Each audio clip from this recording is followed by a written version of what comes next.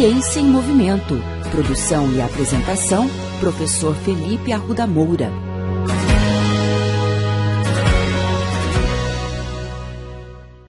Existe uma interdependência entre a forma e a função do osso.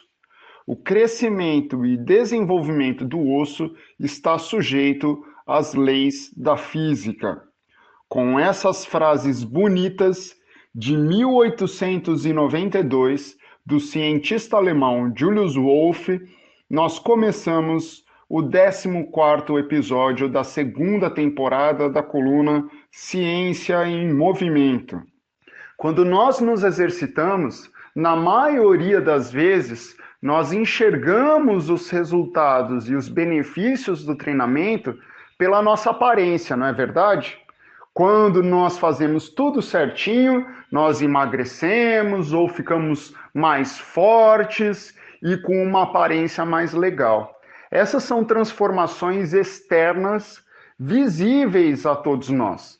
Porém, o nosso corpo internamente também sofre uma série de transformações. E uma dessas estruturas que sofre grande alteração com o exercício físico é a nossa estrutura óssea. Uma das principais funções também do sistema ósseo é a função de suporte, ou seja, é o sistema ósseo que tem a responsabilidade para a manutenção da nossa postura e também de resistir às forças externas que agem no nosso corpo.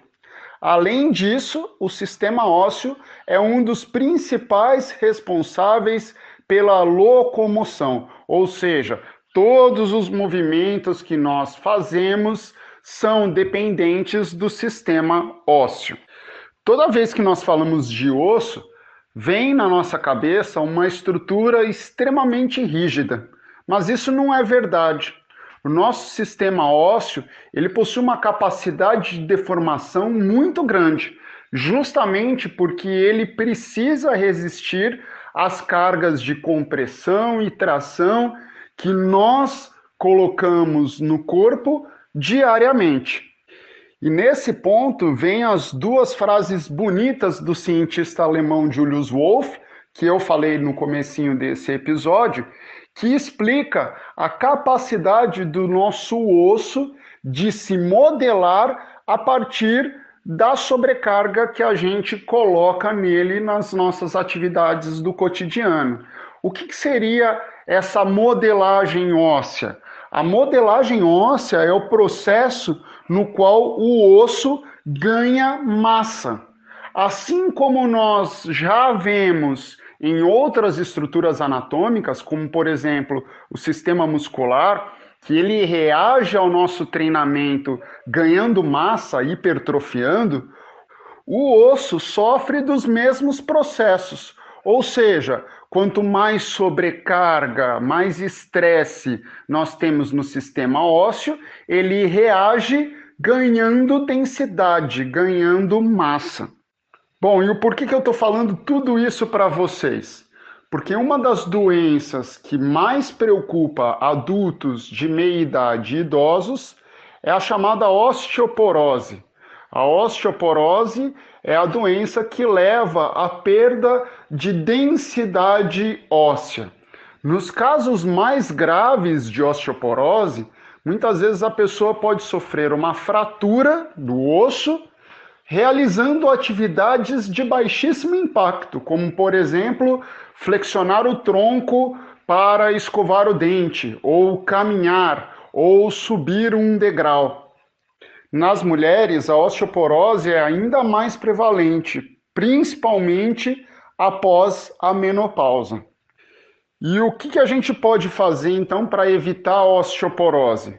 Certamente uma boa alimentação, não fumar, ter hábitos saudáveis e, no caso das mulheres, uma reposição hormonal e nutricional muitas vezes se faz necessária. Mas uma das estratégias mais importantes, cantada aí pelo cientista alemão Julius Wolff, se chama exercício físico. Quanto mais nós nos exercitarmos, mais sobrecarga nós vamos levar ao nosso sistema ósseo e ele vai se modelar, ele vai ganhar massa, ele vai ganhar densidade óssea. O problema é que, às vezes, nós escolhemos alguns exercícios físicos que não geram a quantidade suficiente de sobrecarga, de estresse. Certamente, quando a gente fala da população idosa, um dos principais exercícios que vem à nossa cabeça é a tal da hidroginástica.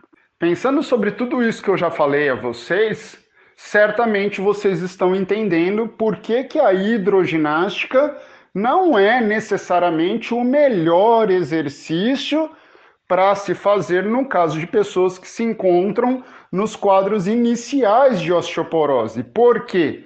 Justamente porque na piscina nós temos uma redução da sobrecarga, nós temos uma redução do estresse.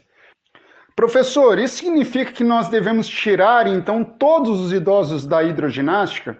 De maneira alguma.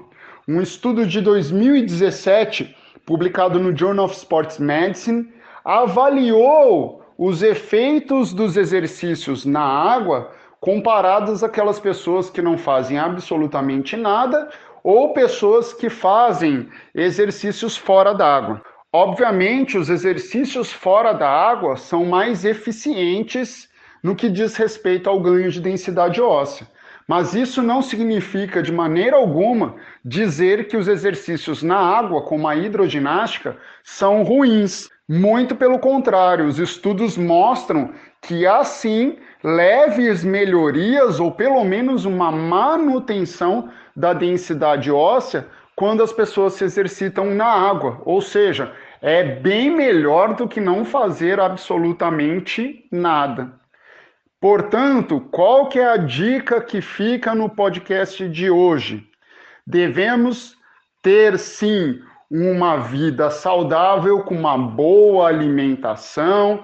Mulheres devem, sim, receber orientação médica quando entram na menopausa, justamente para decidir se devem ter ou não uma reposição nutricional e hormonal.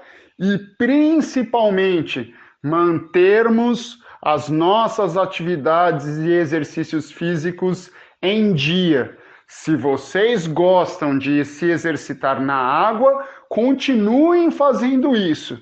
E sempre que possível, tentem complementar com algum outro tipo de exercício, como uma caminhada, musculação ou qualquer outra atividade fora da água, que certamente você terá resultados excelentes.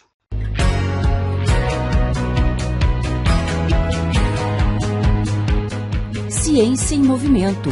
Produção e apresentação, professor Felipe Arruda Moura.